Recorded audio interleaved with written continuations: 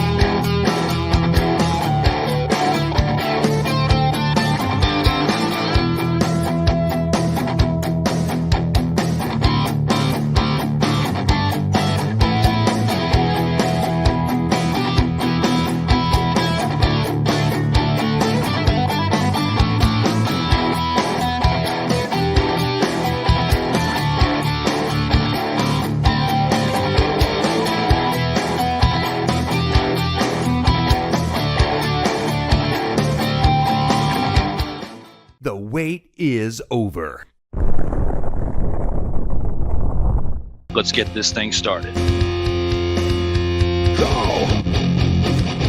Yeah! Yeah!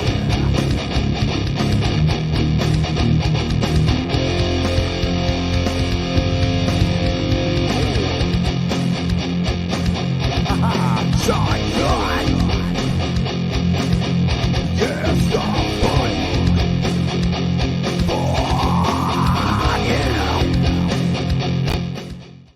To quote a dear friend of mine, welcome one and all across the nation and around the world. I welcome you all to the In or Out Sports Debates best of episodes 61 through 70.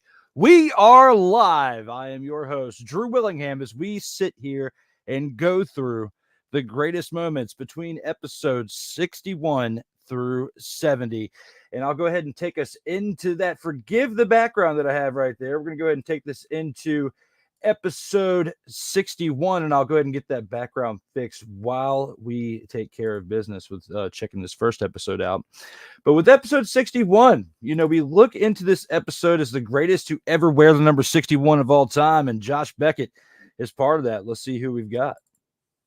Round 4, Josh Beckett is the greatest athlete to ever wear the number 61 in all of sports history for this By the Numbers segment. How do you feel about this one, Joey? Are you in or are you out on this one? I think Josh Beckett is a great pitcher, and I think he is one of the best pitchers who have ever reinvented his arm. However, I do not believe that he is the greatest to wear number 61. I am out.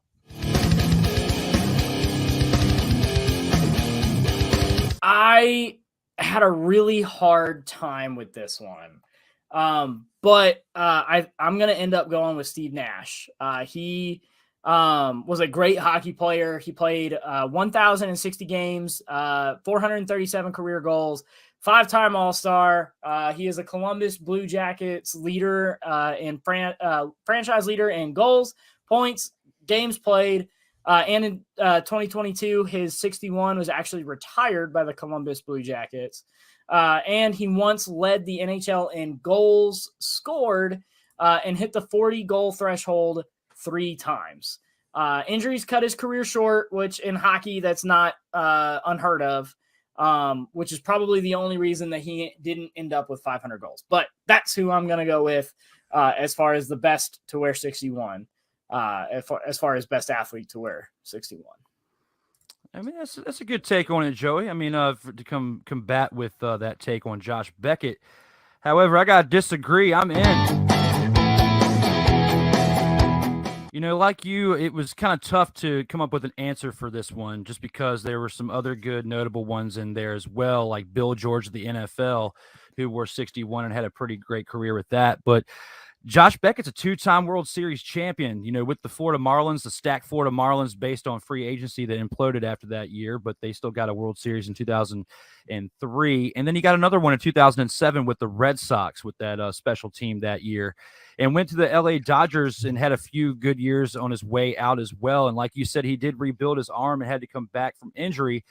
But, in a career, that started in 2001 with the Marlins, and he spent 4 years with the club, it highlighted with that 2003 World Series, and he was named the MVP of that series. And just based on how he played alone in that year, I feel like he would have been the greatest to wear 61, in my opinion. After being traded to the Boston Red Sox 2006, he went 84-47 as a starter, winning a World Series, like I said, in 2007, and was voted to the All-Star team 3 times, which in baseball, even though it's a little bit more of a fan-filled with the writers aspect of getting him in, he did deserve those, those All-Star appearances in those years that he had them in 2007, 2009, and 2011. So, and all of those came while he was a member of the Boston Red Sox, as he was a pivotal player in that World Series championship in 2007. So, when I put all that into perspective, he was ALCS MVP in 2007 as well, which was a big reason why they even got to that World Series, and was the wins leader in that season. Had it not been for Josh Beckett's impact in 2007, the Boston Red Sox wouldn't have even made it to the World Series that year. And that's why I have to give him the best it's ever worn, 61. No matter how long he wore it, he just wore it in his career, and he did a lot of good things with that number. Yeah, I should correct myself. I said Steve Nash. I meant Rick Nash because my dumb self was thinking of the basketball player. I don't know why. But no, Rick Nash. No, I mean, I absolutely agree that Josh Beckett is by far one of the best baseball players and one of the best pitchers. And frankly, yeah, I mean, he definitely was a huge impact in a lot of those World Series that those teams won. To your credit, you did say World Series, which I should specify Rick Nash did not win a Stanley Cup. However, he did win a gold and 2 silver medals for the Canadian hockey team. So he did win some level of championship, but he played for the absolute abysmal Blue Jackets, and that's why he didn't win a Stanley Cup. It's kind of like Archie Manning with the Saints. Had he not spent all that time with the Saints, he might have been able to play for someone else who was a contender, back in the NFL days. But, right. But I mean, that's still, looking it up and looking into Rick Nash, I mean, it's still a good pick by you. So, I mean, it's definitely a good argument. Let us know in the comments, fans, what you think. Do you agree with Joey that Rick Nash is the best one to wear 61, or was it Josh Beckett? Surtoba Media, where the struggle is real to be awesome. Ladies and gentlemen, that was the By the Numbers segment for episode 61. And when we look at all of that right there as we celebrate the road to 100 mother-fathering episodes that we have reached here on the Inter-House Sports Debate, how do you feel about that? The greatest to ever wear 61, was it Josh Beckett, or do you have someone else in mind? Let us know here in the comments on the best of episodes 61 through 70. And we do have a few comments to start us out. It looks like Ike doesn't give a fuck is in the house. Says another episode, fuck, F-O-K. Yeah, he says. Ike, thank you for joining us. Hopefully you keep it clean here tonight. When it comes to other comments, he also says, let's go, followed by Melvin in the house saying, yo, 61 through the 70, starting with the numbers. Fire. Well, we appreciate that, Melvin. Thank you so much for joining us here. For the hit the mic and everything else there too. Well, my bad. My apologies. Technical difficulties as we are here for the best of episodes 61 through 70. Now, back to what we were saying here. When it comes to the best ever 61 of all time, let us know here in the comments for Josh Beckett. We're going to go ahead and take this into the next segment here as we go through these episodes. And we've got episode 62. And with this highlight, pretty similar to the past one, except for a different topic, but the By the Numbers segment. But for this one being episode 62, we look at this one here, and we've got this for the best to ever wear 62 of all time. Let us know here in the comments if you agree with what we say here in this clip. Crawfish Crider is the greatest athlete to ever wear the number 62 in all of sports history. How do you feel about this one, Kyle? Are you in? Or are you out? I am out.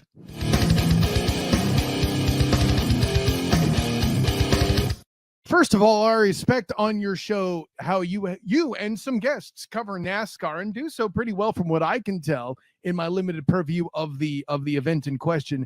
That is a motorsport. Athletes don't exist in motorsports, drivers do. And I'm not taking away from the talents of drivers.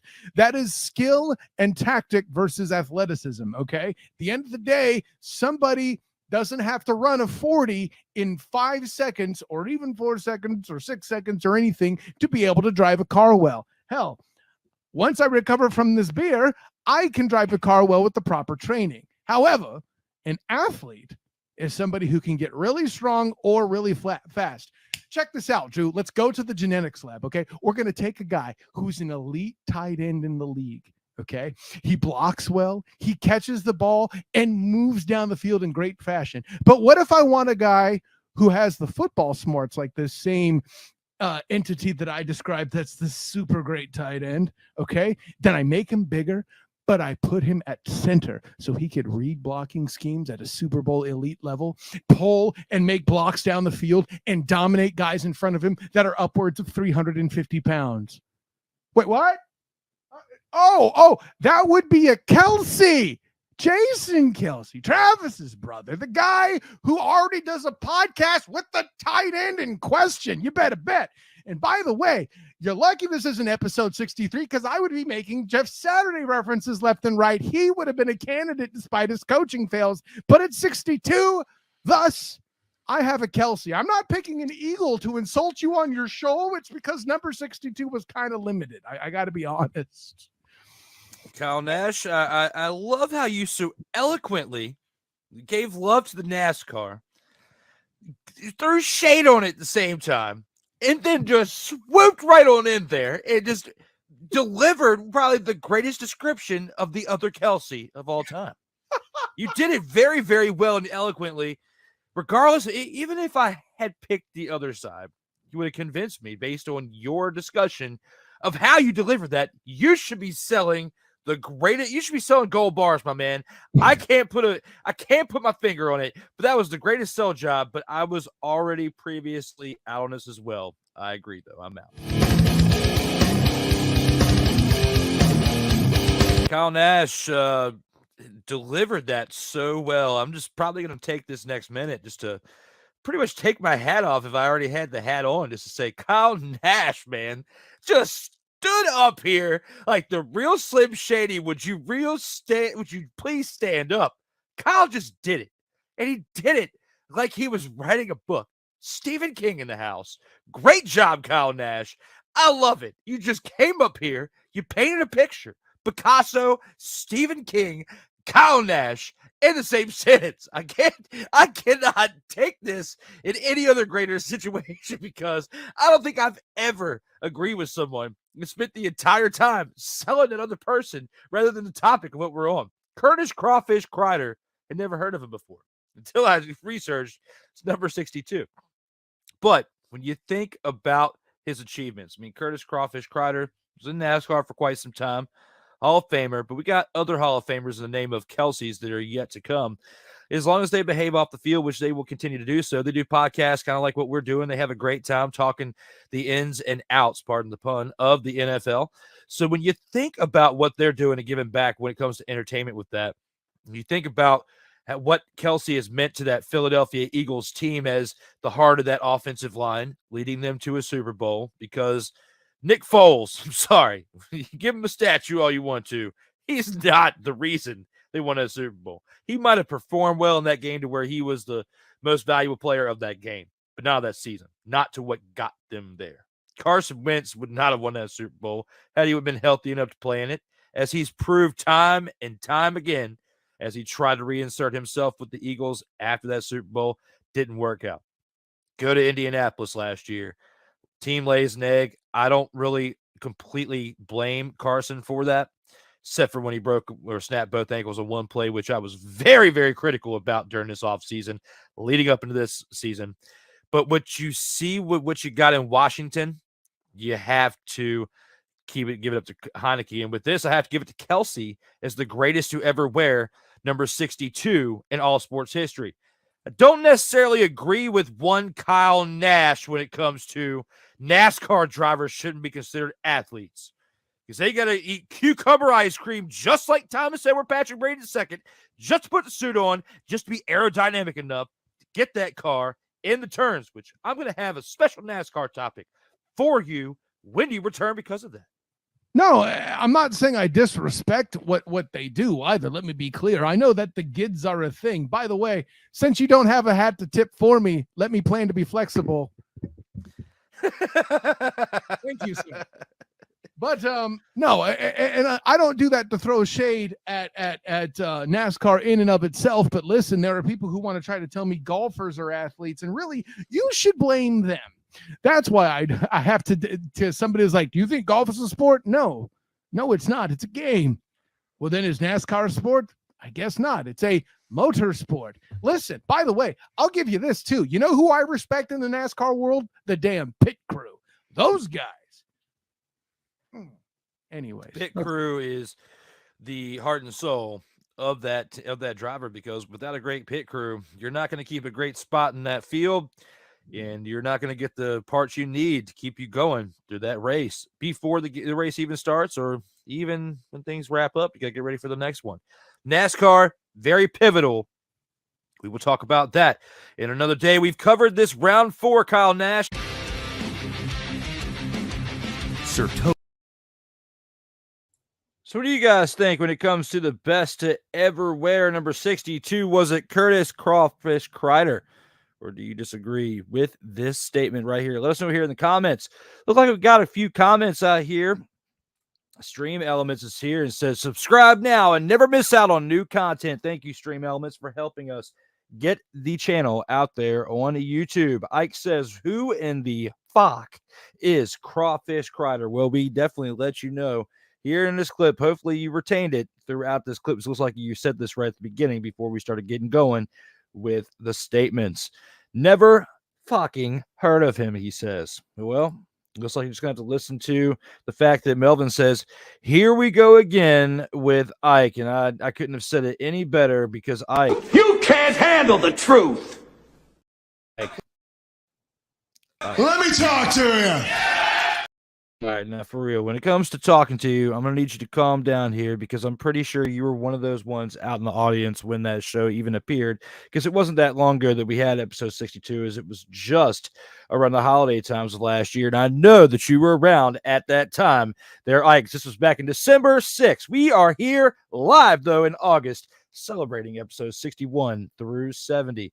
Next comment that we have as we are live says, Picasso, Stephen King, Kyle Nash. Yes, all in one sentence, because that was a work of art that Kyle Nash threw in his statement there for episode 62. Thank you guys for the comments so far.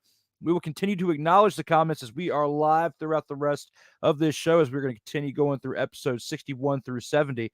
We're going to take this into episode 63 now and see who the best athlete to ever wear number 63 in all of sports history was. Do you think it was Jeff Saturday, or do you have someone else in mind? Let us know here in the comments. Do you agree with what we say here in this debate for episode 63? Saturday is the greatest athlete to ever wear the number 63 in all of sports history. How do you feel about this one, Joey? Are you in or are you out? I feel like you just picked Jeff Saturday because of my take on the podcast that we talked about Jeff Saturday. I feel like that's what happened here. But like we're gonna go with a capital, all capital letters, out. When you talk about the number 63, it's hard not to talk about Gene Upshaw. I mean, come on. 2-time Super Bowl champion, 3-time first team All-Pro, 5-time second team All-Pro, 6-time Pro Bowl. NFL 1970s all-decade team, 75th anniversary team, 100th anniversary team, AFL champion, second, 2-time first team all-AFL, 1-time second team all-AFL, and then an AFL all-star. He played for the Oakland Raiders all 15 years of his career, and then he played in 3 Super Bowls, and he played in those 3 Super Bowls. He played in 1967, 1976, and 1980, making him the first player to reach the Super Bowl in 3 different decades. And then went on to be the main guy for the NFLPA. So, I mean, he is a great player. And I mean, I genuinely love him as the player to have best worn number 63. I just think he's a good fit. Joey. I've got to agree with you on this as well. I'm out.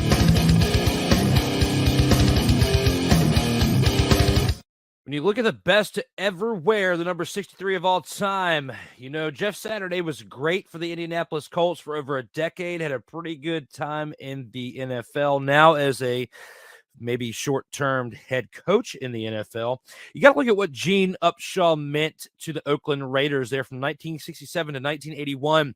Two-time Super Bowl champion with the team, three-time first-team All-Pro in 1970, 1974, and 1977. He's part of the NFL 1970s All-Decade team, part of the NFL 75th Anniversary All-Time team, as well as the 100th Anniversary All-Time team. So when you look at what Gene Upshaw did in comparison to others who wore number 63, Willie Lanier of the NFL, Leroy Selman as well, and Ernie Holmes, those are probably the most notable ones to ever wear 63 besides Gene Upshaw. But Upshaw was one bad mother father for that team, and you got to give it to him at number 63. Yeah, absolutely. 100% agree. I mean, that dude was a bad dude. I mean, whoopsie. But yeah, that dude could play. That dude could ball. Absolutely. Surtoba Media, where the struggle is real to be awesome. So what do you guys think when it comes to the greatest to ever wear 63 in all of sports history? Now, Jeff Saturday didn't do all that great as an NFL head coach, but he was one hell of an NFL athlete at 63 as a lineman for the Indianapolis Colts, and Peyton Manning getting that one Super Bowl with him in the mid-2000s. Looks like we got two comments here. Looks like we've got Joseph rocking the Falcon bobbleheads in the back. Yes, Joseph was definitely rocking the Falcon bobbleheads. Oh, not the bobbleheads, the bobbleheads in the back as we see. And it looks like he got whoopsie, says Joseph, because Joseph definitely said whoopsie, he dropped the baseball he was fumbling around with in that clip. But no, definitely a great clip for episode 63 that we had there back on December 13th of 2022. We're going to take this a little bit further into these episodes as we next have episode 64. And this one, there was a trios episode, the 4-wide edition between Michael Bish and Cody Stewart, as we had for episode 64. And with this, we discussed a little bit of NASCAR action, as their forte is a lot of NASCAR and football as well. But for this particular number, we were discussing the greatest to ever rock the number 64 in sports history. Elmo Langley is the greatest athlete to ever wear the number 64 in all of sports history. When you put this into perspective here, how do you feel about this, Mike? Do you agree with this? Are you in or are you out on this topic? I am out.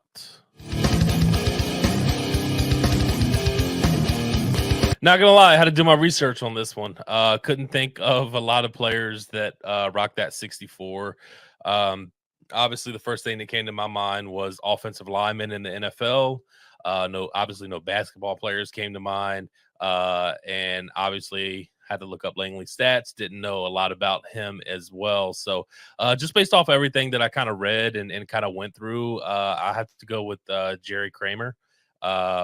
Offensive lineman for the Green Bay Packers.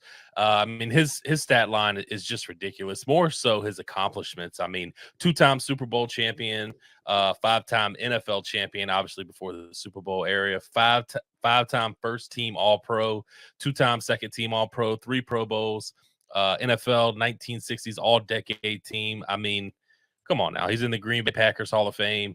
So I had to go with Jerry Kramer on this one. Okay. All right. It's not a bad take as well. How do you feel about this one, Cody? Do you agree? Are you out on this too, or are you in with Elmo? I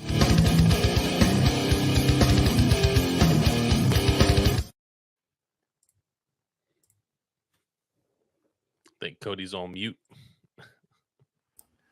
Because there's really not much for me to say on this because, of course, as always, Michael Bish takes my answer. I was going to go with Kramer myself for everything that that Mike said. I mean, just looking at him, seeing the all-decade team, just a true pro. And I mean, again, this is nothing against NASCAR. This is nothing against any other sport, but just knowing back in the day how tough it was in the NFL, really it almost seemed like no rules was going on. To be able to play that long and, you know, to have that career, it speaks volumes. So, I mean, I know Same. Yeah. this was pretty. You're good. It's all good. So with this one, I'm gonna go ahead and take this with you there, Cody. But you know, for the sake of debate, for the sake of it all, I'm gonna go in. The guy's name alone wins it for me here. His name's Elmo. Okay, come on, think about this. We know tickle me, Elmo. You don't want to tickle this guy, I'll run you over with the car. Okay, don't go after this guy before 1996 and try to tickle him. Probably try to drive you over. Elmo was out at this point. Sesame Street, all this stuff. Tickle me, Elmo is probably out of this. Somebody came towards this guy with an index finger. Try to tickle him. Probably didn't work out in their favor. Don't try to tickle Elmo. All right. I think of Jerry Kramer. All right. You bring up some great stuff. All right. 2-time Super Bowl champion, 5-time overall champion.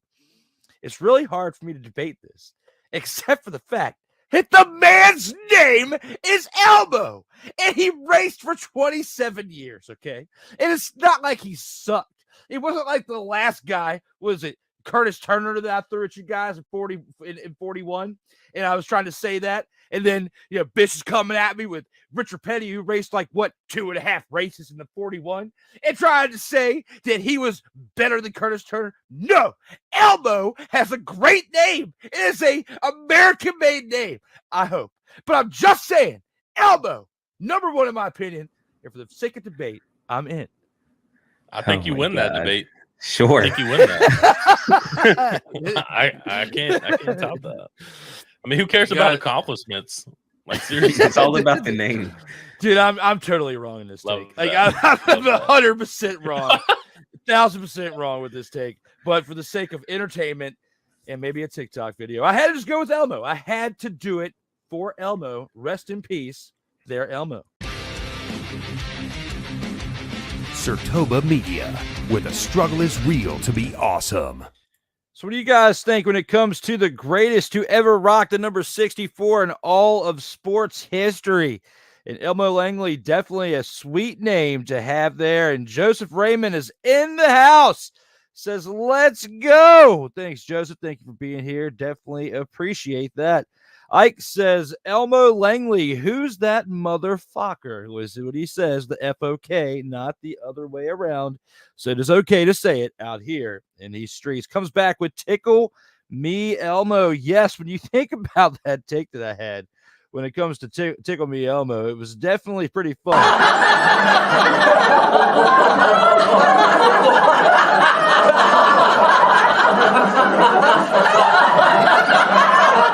If Elmo could hear me, he'd probably be saying this. Yippee-ki-yay, motherfucker. Oh! Yeah!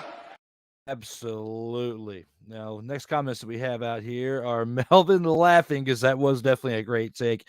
Definitely there for episode 64.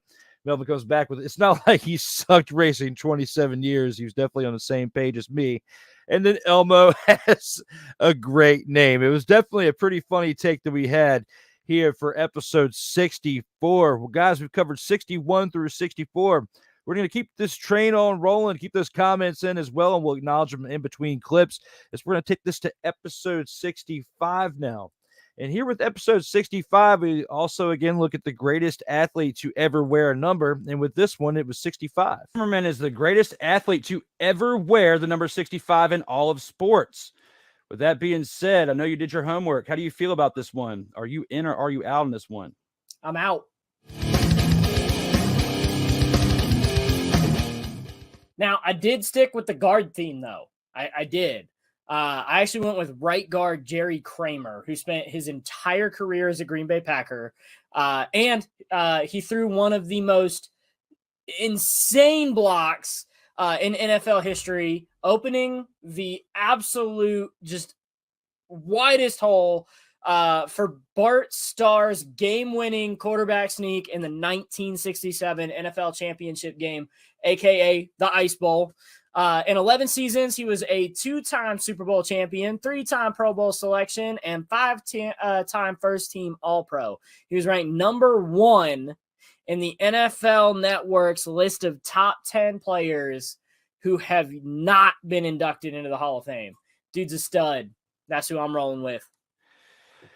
Joey, I'm disappointed. You did your homework on the wrong number. Jerry Kramer was number 64, not 65. Oh, no! So with that, I've got to agree. I'm in. Joseph, that building of the new spot just took its toll on you a little bit, my man, because you got confused on the number, but it's okay. I'm not going to go too hard on you. In my opinion, you could have gone with either the offensive tackle, Gary Zimmerman, or Tom Mack, the offensive guard, because Tom Mack was an 11-time Pro Bowl. He had 176 career starts. But Gary Zimmerman was a legit badass. 7-time Pro Bowl, 3-time All-Pro. He won the first Super Bowl with the Broncos that John Elway won and then retired on that Super Bowl.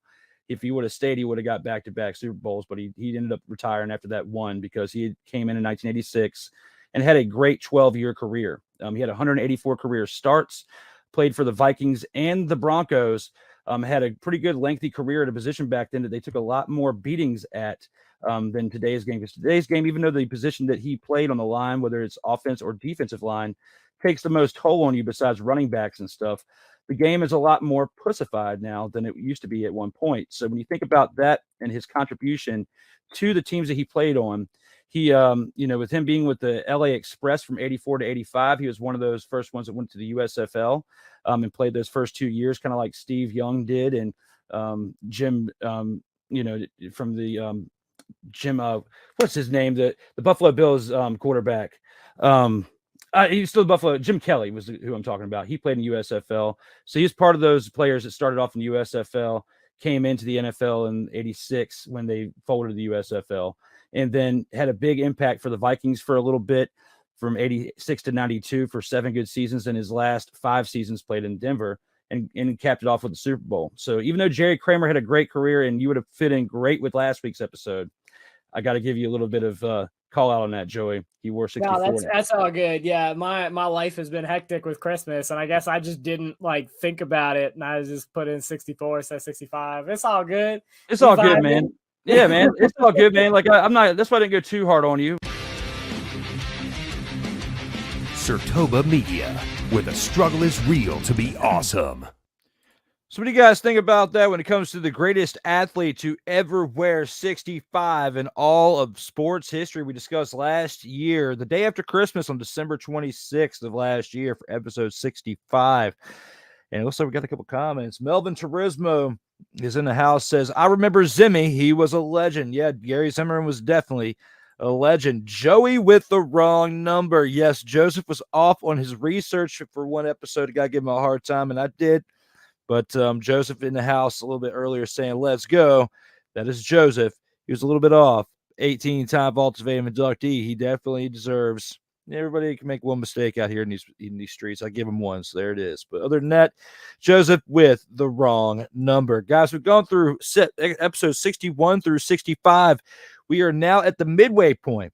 And with that being said, since we're at a midway point now, I'm going to go ahead and acknowledge that we have some breaking news for tomorrow.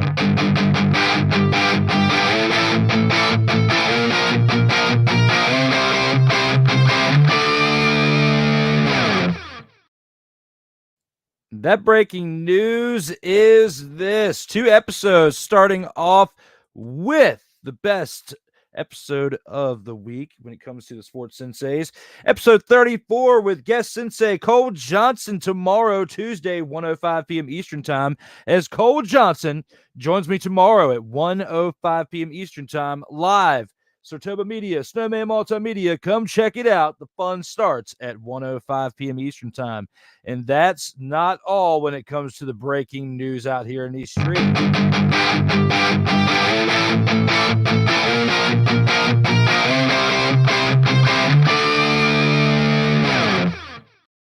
Besides that, we also have another edition of the best of episodes, this time 71 through 80. Tomorrow evening, same time, 7:05 p.m. Eastern Time, live on Sartoba Media as we get closer to celebrating through 100 episodes out here. And then we can get back to episode 101 once we've acknowledged the best highlights of the first 100 to help you guys remember where we started to where we are now. And with that being said, we've gone through episode 65. Let's take it to 66. And we continue the by the number segment here. And with this one here, we discussed the greatest athlete to ever wear 66 in all of sports history. Was it this man here? Was it someone else? Let us know here in the comments as we are live going to take a review of the greatest highlight of 66 episode. On for the by the numbers segment, with us being here at episode 66, we've got Ray Nitschke as the greatest athlete to ever wear the number 66 in all of sports history. After looking this up, man, how do you feel about this one? Do you agree? Are you in or are you out on this one? I'm out. Xander's out.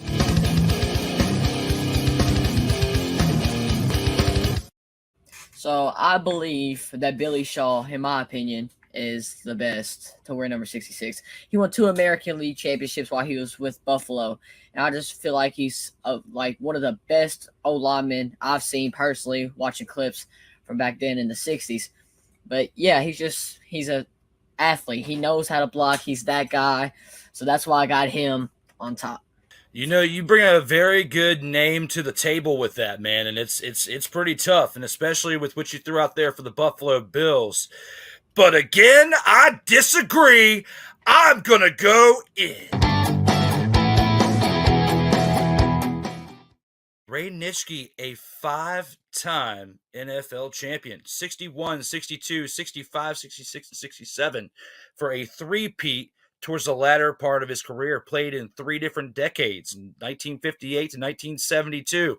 Hall of Famer, part of the NFL 1960s All-Decade team. He went to his only Pro Bowl in 1964. He's part of the 50th anniversary all-time team. He's part of the NFL 75th anniversary all-time team. Packers Hall of Fame, his number 66 is retired. And the man at the position that he played of middle linebacker back in that day had 2 touchdowns and 25 interceptions during that time frame of that career.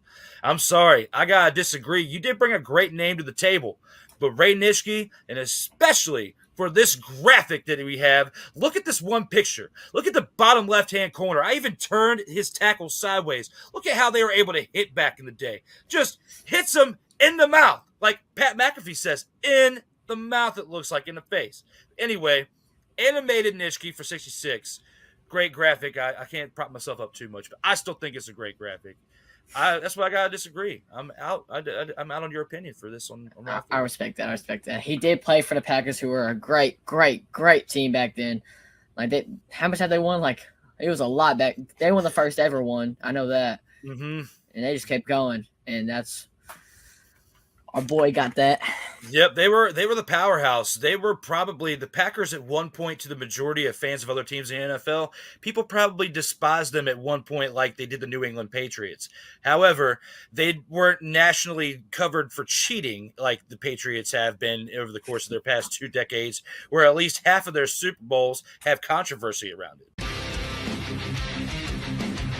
Sartoba Media, where the struggle is real to be. So what do you guys think when it comes to the greatest athlete to ever rock the number 66? We got a couple comments here, it looks like, and yeah, Joey with the last one definitely had the wrong number. Looks like we got a comment from Melvin, said, this kid knows sports. He crushed the episodes he was on. Yeah, with Xander Anthony was definitely here for 2 episodes and definitely crushed it within the first 100 as we celebrate those first 100 here on this show. Ryan McCarthy shows up here as well and says, Drew, what's up, my man? Glad to have you here in the comments. Says the greatest athlete to wear 66 was Super Mario Lemieux. 2 Stanley Cups, nearly scored 200 points in a season, numerous league MVPs. Ryan McCarthy has a strong point when it comes to that, and definitely have to give him the Acknowledge me. to give him the acknowledge me situation when it comes to that. So some of you out there might be saying this. Hell to the no, to the no, no, no. Hell no, to the no. However, Let me talk to you. he's got a point. Mario Lemieux was a legend. Now that with that being said, we've talked through episodes 61 through 66 at a 7:45 p.m. Eastern time tonight on Monday. Let's go ahead and take this into episode 67. This one, we had a bronze sexual on this show, and I'm telling you what, when it comes to all bronze sexuals, this motherfather puts the cherry on top of bronze sexuals. I tell you, it gets my blood boiling just thinking about it. It's probably the most animated you are going to see me on this special edition tonight on this Monday, August 21st edition, now at 7:46 p.m. Eastern time. Episode 67, we discuss LeBron is not better than Michael Jordan. Check out my conversation with the bronze sexual for episode 67.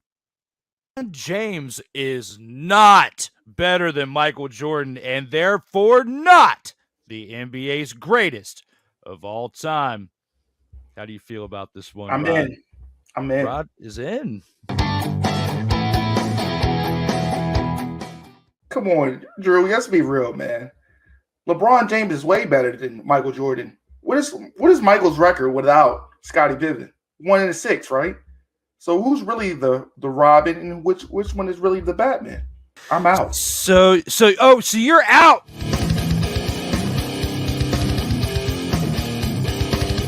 You changed your mind. You said it first. You're in. Make up your mind. Are you in or are you out? I'm in, but I'm done. I'm sorry. Okay, somebody's done. Okay. You know what? I'm going to go in, but I'm going to throw a little bit more flavor on it. I am in.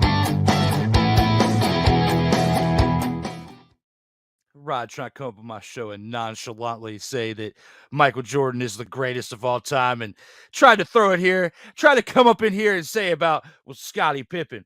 Well, LeBron needed Chris Bosh. He needed Dwayne Wade to get those first 2 championships. They needed Kyrie and Kevin Love to get the third one.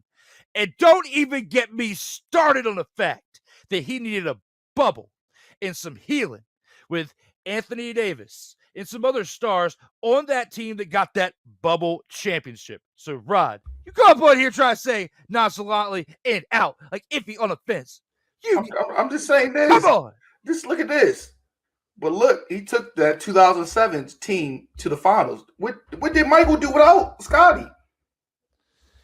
Michael didn't play really without Scottie, except for he went to the Wizards, and he was kind of No. I'm saying before Scottie got drafted, what was his playoff record? What finals did he go to? He didn't go to any finals, but when he went to the finals, he was 6-0 in the finals.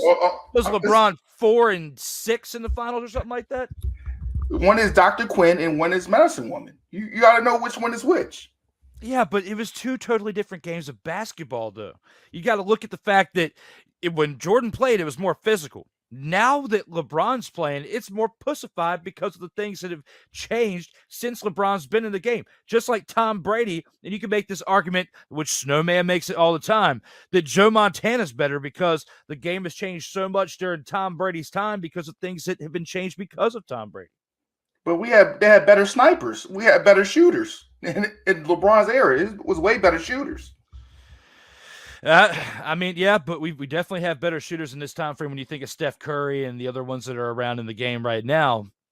Just the evolution of the game is different. It's more of a fast-paced endurance type of a league. Like you definitely got to be able to run. Back in the day, you had to not only be able to run halfway, but you had to be physical at the same time. Like when you look at Jordan's highlights of him going to the rim, completely different than watching highlights of LeBron going to the rim. But this man's playing 20-plus years. What was Michael averaging his last year? Did he ever score 47-plus and 10 rebounds?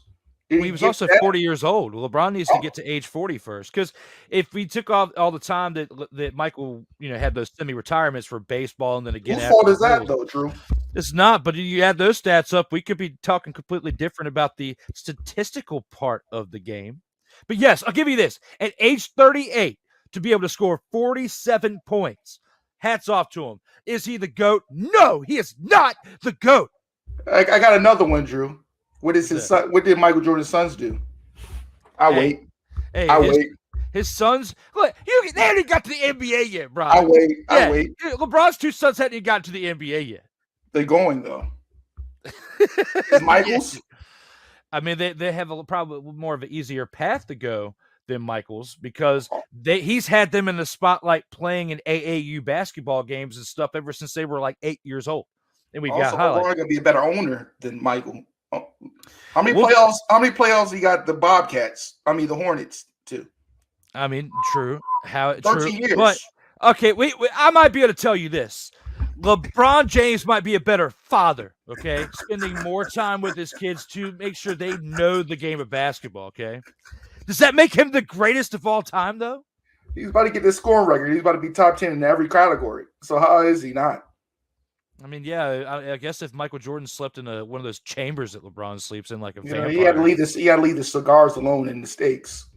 Yeah, but he didn't leave the lettuce alone.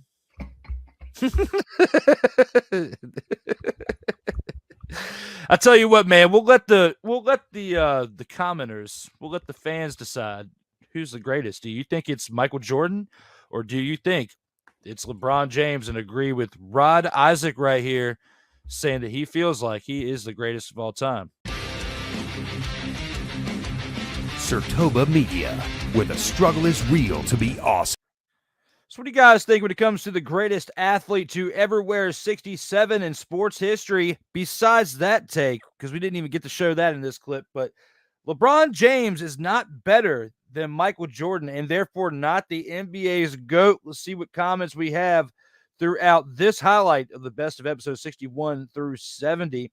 And it looks like conversation with the bronze sexual was definitely a favorite of Melvin Turismo's. Thank you for that comment there, Melvin. That was definitely a good one. Who in the fuck is this clown? It's talking about Rod Isaac's one and only appearance within this first 100 episodes of this show. We had snipers. What is he talking about? Question mark with a laughing emoji. Talking about, I'm guessing in his definition of 3-point shooters, they can shoot from deep. Other than that, that's pretty much what he was talking about when it comes to the snipers. Looks like we've got an ass clown emoji. Chris Jericho definitely was famous for saying that along with this during the Attitude Era. Would you please shut the hell up? Absolutely. Along with this during the Attitude Era from Stone Cold. What? Absolutely. What? Oh, hell. Yeah. Definitely. Thank you, Ike, for that. You've been pretty good tonight. Call of booty at Ike doesn't give a fuck. He says Ryan McCarthy. That's definitely a good one. MJ didn't take time off every 2 weeks to have a maintenance day. Yes, thank you, Ryan McCarthy. Thank you. Like today's NBA player, it is more pussified with the load management. Now, I am all about taking care of yourself. Health is definitely important, but you cannot put LeBron James up there with Michael Jordan when he didn't have all these load management maintenance days. He kept playing through pain, and it kind of hurt him towards the very end of his career when he was 40 and playing with the Wizards, and his first year of the comeback didn't play so well. But the last year that he played with the Wizards, I believe he played all of the games that season and was durable like the Iron Man that year and played. But yeah, of course, he wasn't the same as what he was with the Bulls, but he also didn't have the same team around him. Every star needs one great player around you, of course. You can't do it all. But, in that clip for episode 67, Rod was trying to say that because he had Scottie Pippen, that's the only reason why he won the championships. No, there were other players around them that were key players as well. Michael proved that the first few years of his NBA career that he couldn't do it alone. He did need to have a little bit of help. There's nothing wrong with that. You need a good core team around you in order to have success, because there's 4 other players on the court with you playing the same game at the same time, and you got to have support. They got to be able to do their jobs. And LeBron has had to do the same thing as well and had the same players out there as well, but he has had to do more buying of the roster than what Michael had to do back in his day. That's all we're trying to say out here to you, Mr. Bronze-sexual. Mr. Otero, Wise El Jefe is here and says, hey, D. Willie. Well, what's up there, Wise? Thank you for showing up here on the In or Out Sports Debates best of episodes 61 through 70. And we've gone now through episode 67 of that 61 through 70. We're going to take that now into episode 68. Same day as it was a double debate day, with this one being episode 68 now. Talk about the greatest athlete to ever wear the number 68 in all of sports history. Do you think it was Jaromir Jagr? We take this into hockey and talk a little bit of hockey. So for you hockey fans out there, you will love this clip right here as we take it to 68. See what you have to say when it comes to this one. Round 4, the by the numbers segment, where we talk about the number of episodes and what that number was. And basically in this one, Jaromir Jagr is the greatest athlete to ever wear the number 68 in all of sports history. How do you feel about this one, Brian? Do you agree with this one? Are you in or are you out on this one? I'm going to go out.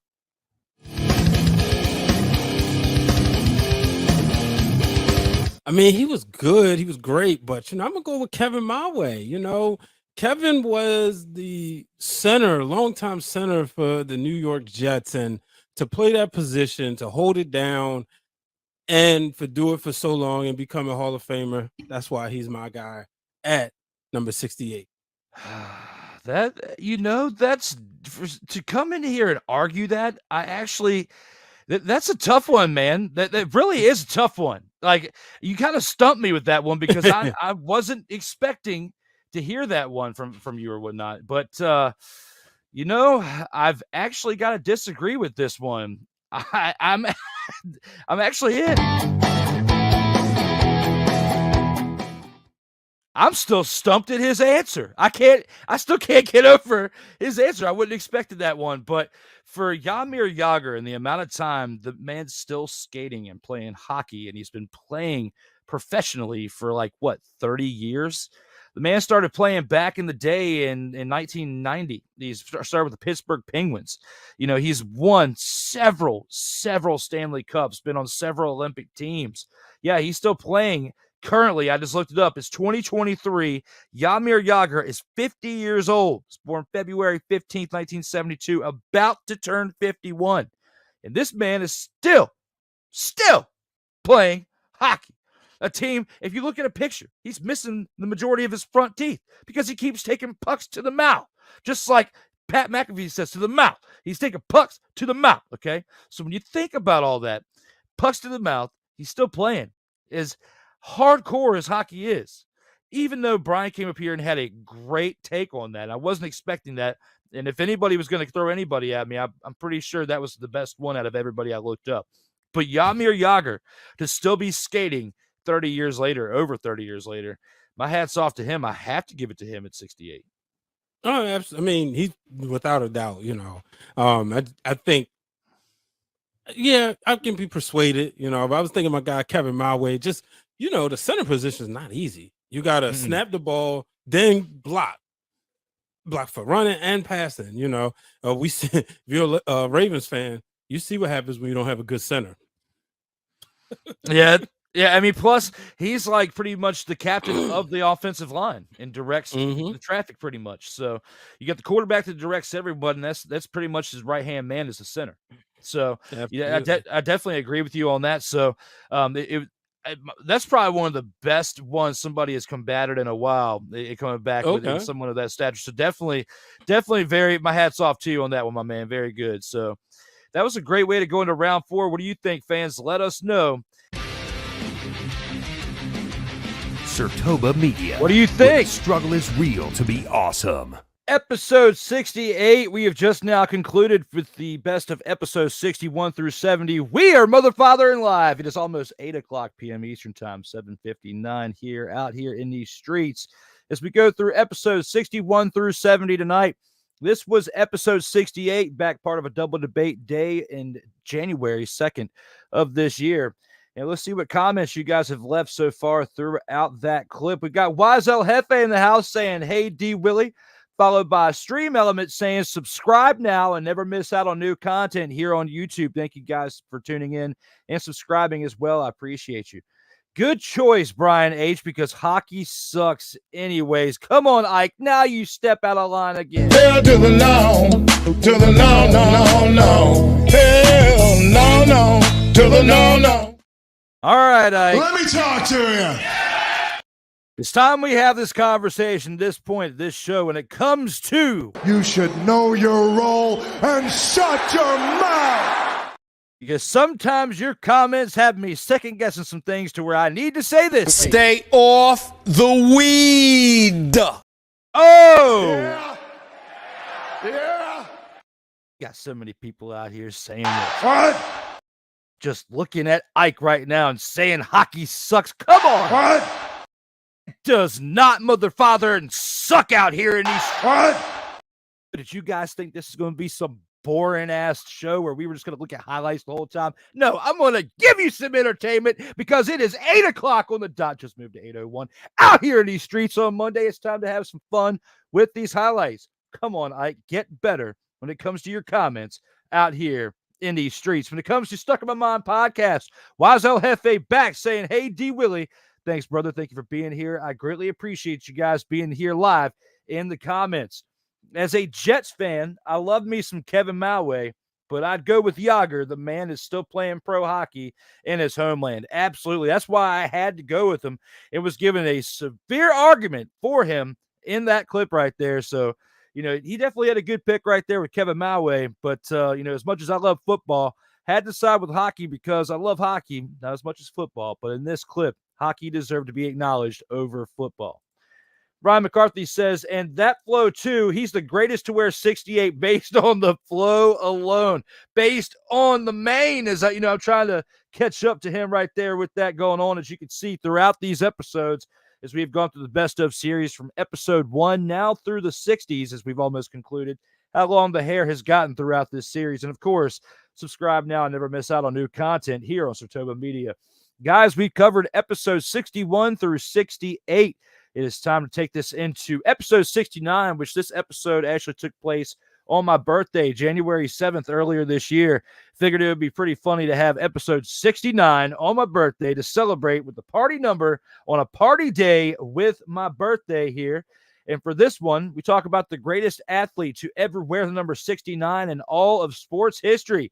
And with the name and with the party number, Woody Peoples was the name. Do you think it was Woody Peoples as the greatest athlete to ever wear 69? Let us know here in the comments. Number for a party episode, Woody Peoples is the greatest athlete to ever wear the number 69 in all of sports history. With that being said, Woody's aside, how do you feel about this, Darrell? Are you in or are you out on this one?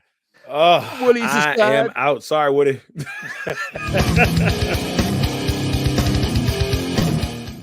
Man, look.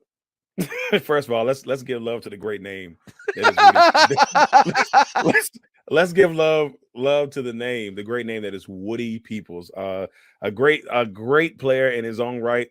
But for me, there's 269s that I got to give love to. First, the one that I'm not picking, and that's my guy David Bakhtiari, great Green Bay Packer. Injuries the last 2 years kind of hurt him. Much love to Bach. Glad that he's back. He looked great last week. Got to get that out of the way first. But my choice, and this hurts my heart, it hurts my soul, because he plays for the team I hate the most. That's the Minnesota Vikings. That is Jared Allen. Jared Allen is, to me, the best 69 there ever has been. Allen has had he's in the top 20 all-time in sacks, 136 sacks in his career. He's up for the Hall of Fame this year. And he's a finalist, so there's a strong chance that, after this show, by the time we do episode 84, this man will be a Hall of Famer. So for me, I'm going with Jared Allen. And there were some decent ones in there, but I'm going with Jared Allen. He is my choice for the greatest 69 of all time. Darrell Owens, this is the first time throughout the entirety of this show where I'm going to say I am ashamed of your pick.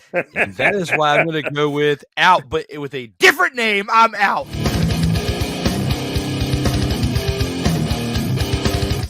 Now, I have to acknowledge something to start with that. The name Woody Peoples for episode 69 has got to be the greatest coincidence ever in sports history or just history of anything in general. Woody Peoples, episode 69, you're welcome here. But when you put all that aside, episode 69, the best to ever wear 69, you have a good pick in Jared Allen, but you forgot somebody else who in his 12 seasons in the NFL, the retired offensive guard was named to the Pro Bowl twice and won 3 Super Bowl championships, 3.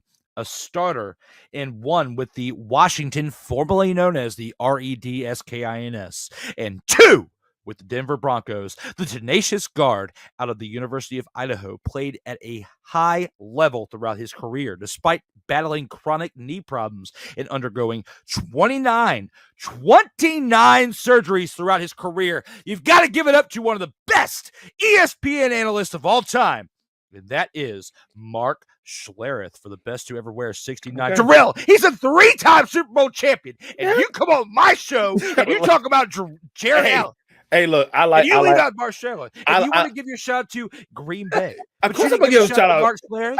Look, I like Mark Schlereth. I spoke to Mark Schlereth last week. Literally walking down the hallway, I said hi to him last week, and he had his Washington Commanders jacket on after they had gave love to the Hogs on the field. He was feeling all spiffy. He looked all smooth. And look, I like Mark Schlereth, man. I ain't got anything against Mark Schlereth, man, but maybe it's because I've seen Jared Allen terrorized my quarterbacks for too long that I went with JA. But I'm still going with Allen, man. I just think that he was so tenacious, and no, he doesn't have the Super Bowls to prove it. But I just, as a player, for me, there was something special about Jared Allen. So yeah, I'm gonna go. And I know offensive linemen don't get the love, but yeah, I'm definitely going there with that. I mean, Definitely. Jared Allen was special, okay? And that's why I even gave you the acknowledgement at the beginning of it. But a 3-time Super Bowl champion, a man who you passed in the hallway wearing a jacket, how do you not come on here and give him love? I gave him love. He just ain't my. This is gonna sound crazy out loud, but I'm gonna say it. But he just ain't my 69. Look, he just ain't my 69. But like for real though, Mark Schlereth, one of the best, super kind guy, and yeah, man, I'm still going with Jared Allen. I feel good about Jared Allen. Hey man, this was my fun topic of this episode because of course we named it Woody Peoples was the best ever wear 69. And to actually give some love to Woody, he spent his first 10 years with the San Francisco 49ers just before they became the special team that what we knew in the 80s as the 4-time Super Bowl champions, from what Snowman likes to boast about. The man known as Woody Peoples spent his career with the San Francisco 49ers between 1968 and 1977. He was an offensive lineman just like Mark Schlereth. Finished up his career for the last 3 years in Philadelphia as part of the Eagles team that eventually would make it to the Super Bowl the year later. So Woody Peoples, we joke about the name Woody Peoples, and I can't say it enough. Woody Peoples, solid. Hard rock solid name for episode 69. Wow. But when you think about that, he had a hard rock impact on this NFL team known as the 49ers and the Eagles. Well, yeah, I'm gonna leave it at that, man. I don't know if I can go any more puns, man. Look, and that's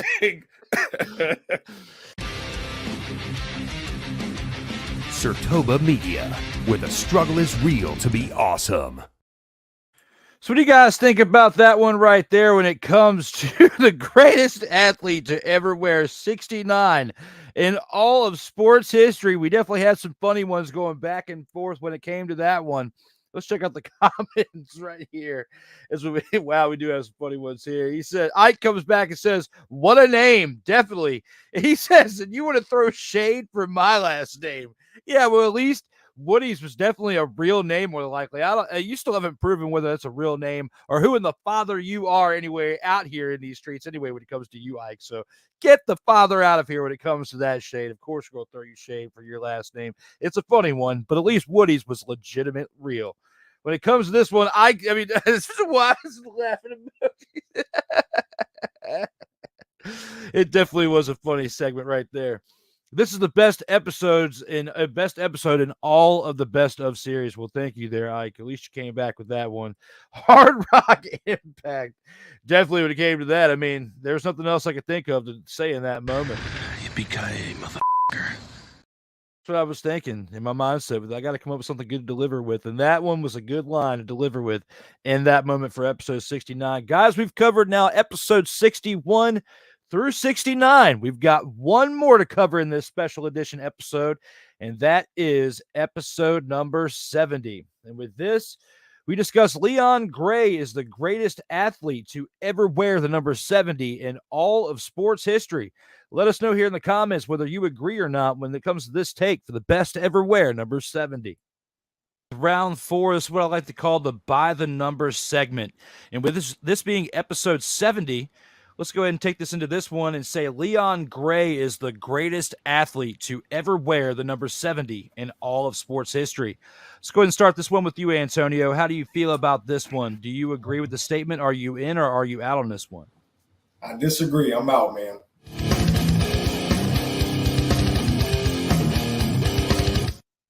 I got my money on the man Sam Huff. You know, legendary linebacker. Came out of West Virginia. He's probably the greatest to wear the number 70. I mean, you go back, you look at his what he did over, was it 8 to 10 years in the league, college football Hall of Famer, NFL Hall of Famer. As a linebacker, this man had 30 interceptions as a linebacker in the NFL. Yeah, the game is different today than it was back then, but still, we're talking about a professional level of sports. That is incredible for somebody to do. Plus, being a linebacker wearing 70, where you ever see that? But my definitely the best 70 all time be Sam Huff. That's a great take with that, man. And how do you feel about that, Joey? Do you agree with him? Are you out on this, or do you agree that Leon Gray is the greatest to wear 70? I'm out.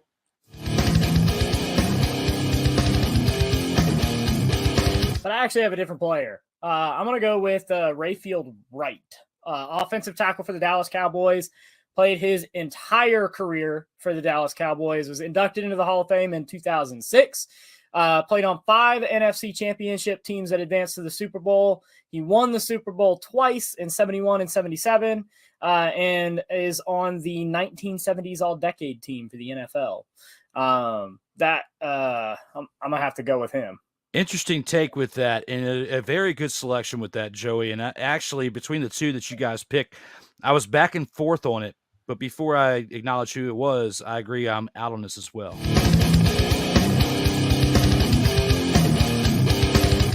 So, guys, it was a toss-up for me between the two that they mentioned, between Sam Huff and Rayfield Wright. And with me being a fan of the formerly known as RED-SKINS, now known as the Commies, that I like to call them, Commanders, Washington Team of Football, hashtag WTF, whatever you want to call them, okay? Look at the plate behind me, okay? It says D. Willie on it. Look at the emblem beside it. You can just kind of blur it out because of how far away it is, but it is formerly known as the RED-SKINS. Back to subject. That's why it's tough. Sam Huff was a part of that team. He's an NFL champion in 1956 with the New York Football Giants. But, and it pains me, it absolutely pains me to have to acknowledge this, why I'm getting upset with Joey here with this. Getting upset because, one, he wore a Patriots shirt on my show, knowing they're 8-9 with a losing record on this show today for episode 70. How dare you bring that juju into this house? I'm just kidding. But two, back to this, Rayfield Wright, I have to give it to him. 2-time Super Bowl champion with the accolades that he has, a 3-time first-team All-Pro, 3-time second-team All-Pro, a 6-time Pro Bowler, part of the NFL 1970s All-Decade team, as he mentioned, and Dallas Cowboys Ring of Honor, as he mentioned as well. Played 166 games, had 4 fumble recoveries. Sam Huff was big to the NFL, okay? He had 168 games that he played, 2 more games than the previously mentioned player, 30 interceptions, 5 touchdowns, and 17 fumbles recovered. That's a lot, and he is an NFL champion. But when I look at his accolades in comparison to Rayfield Wright, even though he has more numbers, it was a different game, and things were a little bit easier to get those numbers that Sam Huff had during that time frame. When you're one of like the top 10 players of the league, things were a little bit more equalized during the time that Wright came around. So I have to give it to him.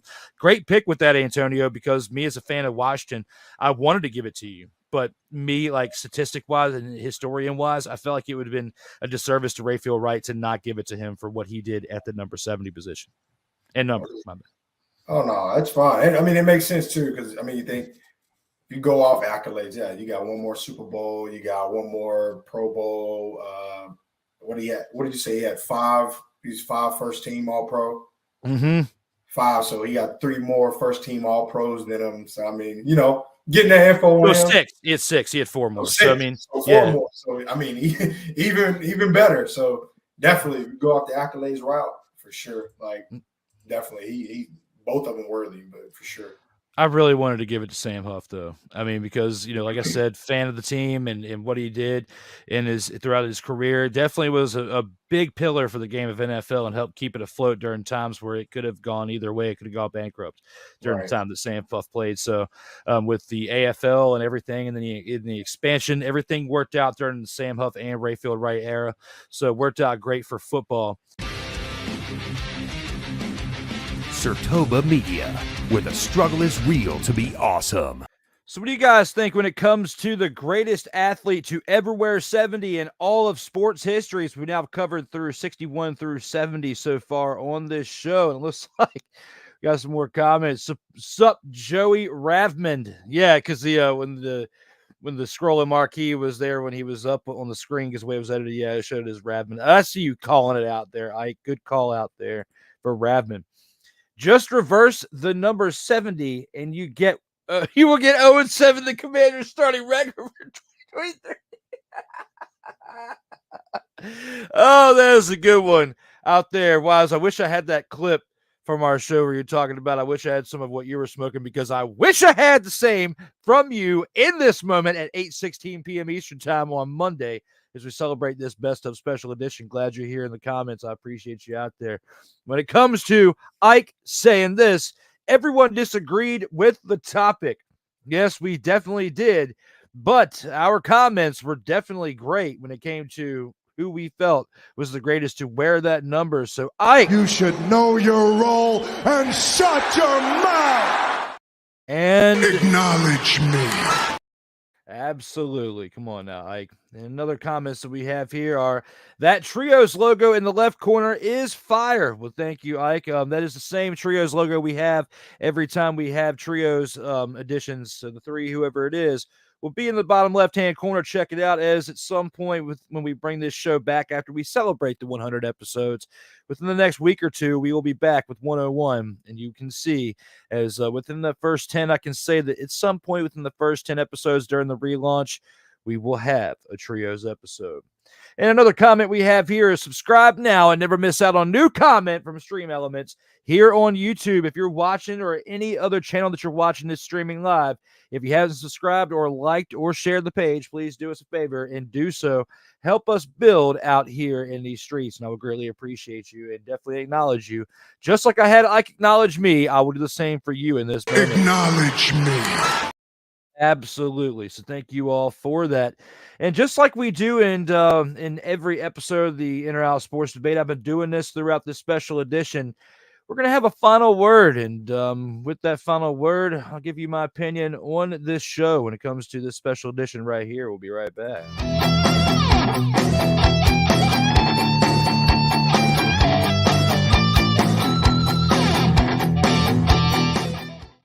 And when it comes to the final word of what I have for this show, it's definitely been a good special edition for these episodes we have celebrated.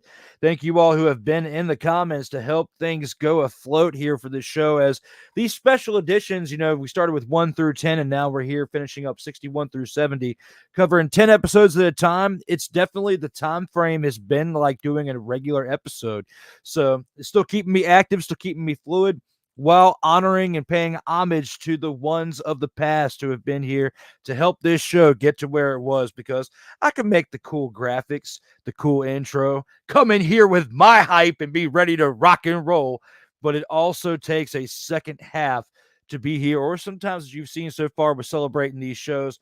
It takes a trios, it takes 2 other people, or the one quad edition, it takes 3 other people. So, yes, it is definitely fun doing this show and doing what I do to help it go along. But it wouldn't be here without those people, and that's why I'll enjoy paying homage and also showcasing the highlights for the content that we have during those episodes as well. So, at this point, we're at the best of episodes 61 through 70.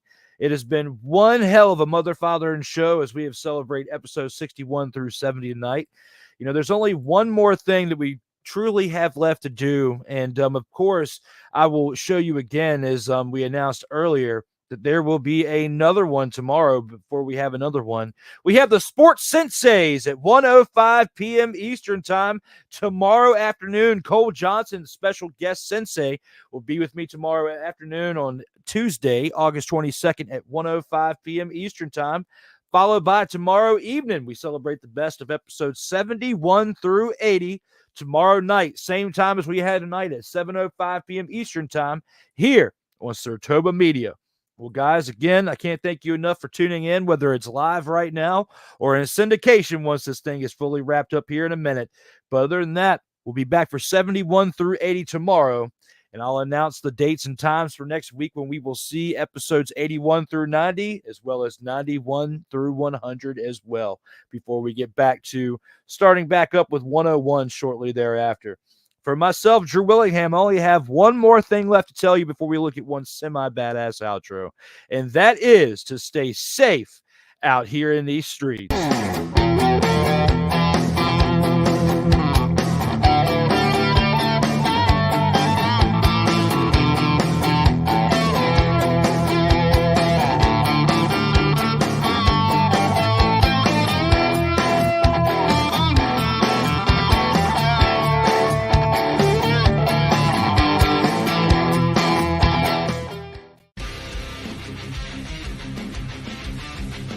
Sartoba Media, where the struggle is real to be awesome.